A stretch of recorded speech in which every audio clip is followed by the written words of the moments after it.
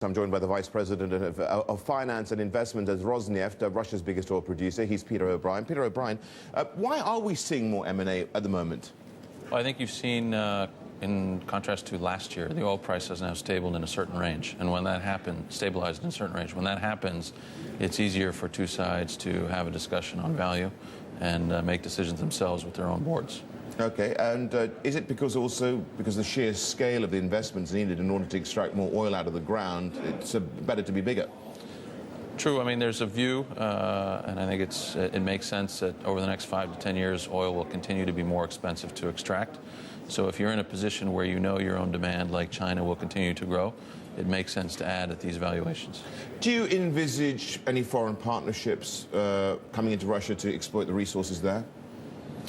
I think over time, Russia will continue to move into more difficult areas, the Arctic Shelf, Black Sea, and other places. And to the extent we can find partners that are willing to share some of those risks with us. And Rosneft would be open to that? Yes. Okay. But the big story at the moment out of Russia seems to be this tax break that you've been getting in terms of your tax, or your oil exports. Now, that's threatened to actually be taken away from you. How big a blow would that be for a company such as yourself and indeed other oil companies? I think it would be unfortunate. For our 2010 business plan, we have a number of key assumptions. Oil price of 70, Brent, exchange rate of 30, and the third one is this export duty break from East Siberia, which on 2010 cash flow has a multi-billion-dollar effect. It would be unfortunate to have a last-minute change that was unexpected. What's on the table at the moment, Peter?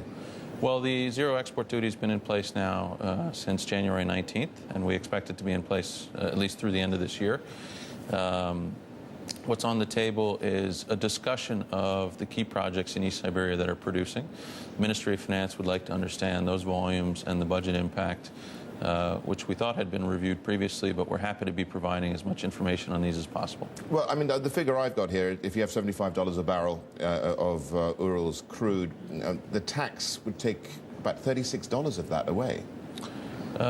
The export duty at $70 is about $33, yes, so you're not far off. That's right. Okay, so that would affect your growth plans, surely, in terms of what you do in Russia and elsewhere. We would have to revise our budget because we have a good, positive free cash flow budget in place for this year, and if this zero export duty were taken away, we would need to bring investment down to achieve our leverage target by the end of the year. All right, let's talk about how you're growing the business at the moment. You've got the Vankor field. You're talking about a pipeline here as well. Where are you with all this? The field is performing very well. We acquired the asset. It was actually AIM traded in London in 2003. We made investment decision to proceed with major investment in 2005. We've spent more than $6 billion on it now. This year it will produce 250,000 barrels per day. I was looking at it on a map before you came on, and it's very northerly. Tell us what it's like there. This place, Vankor.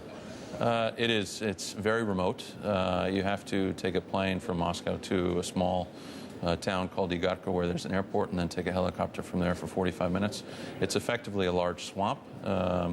In order to move heavy equipment there, you do most of that in the winter when things are entirely frozen. So that's the only time you can move stuff, effectively? Well, in the summer, it's much more difficult. We do have roads, but it's effectively a swamp, so the transport period in the summer is generally river-driven.